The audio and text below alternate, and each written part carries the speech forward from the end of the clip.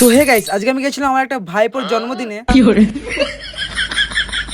আসসালা ভাইপোর birthday cake কাটার সময় ভাইপোর মুখটা যে এরকম হয়ে যাবে।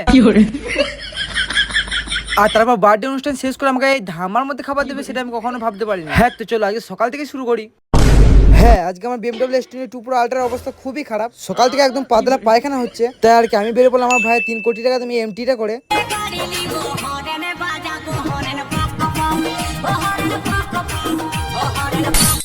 হ্যাঁ, তারপরে আমার বউয়ের শাশুড়ি আমাকে একটা কাজ দিয়ে দিয়েছিল, তাই সকাল সকাল সে কাজটা কমপ্লিট করছিলাম। লোহা ভাঙা, টিং ভাঙা, প্লাস্টিকের চামড়া জাত। আর শালা এই রোদে গরমে কাজ করে আমার অবস্থা তো একবারে খারাপ হয়ে গেছিল, তাই আর কি বাড়ি যেয়ে হালকা করে রেস্ট করে নিচ্ছিলাম।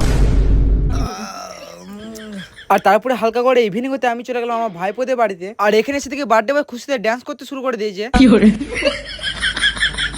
আর তারপরে কিছুক্ষণ ওয়েট করে বেলুন নিয়ে খেলা করে, তারপরে দেখি ভাইপোর কেক কাটিং এর জন্য সবকিছু রেডি করছিল, সেই কারণে আমিও চলে গেলাম তাড়াতাড়ি করে। হ্যাঁ, ঠিক এবারে শুরু হবে আমাদের কেক কাটিং এর কাজ। 1 2 3। अभी मजा आएगा ना भिड़ो। আর শালা এই আগুন দেখে আমার ভাইপোর অবস্থা ঠিক আগুনের মতো ফুলে উঠেছিল।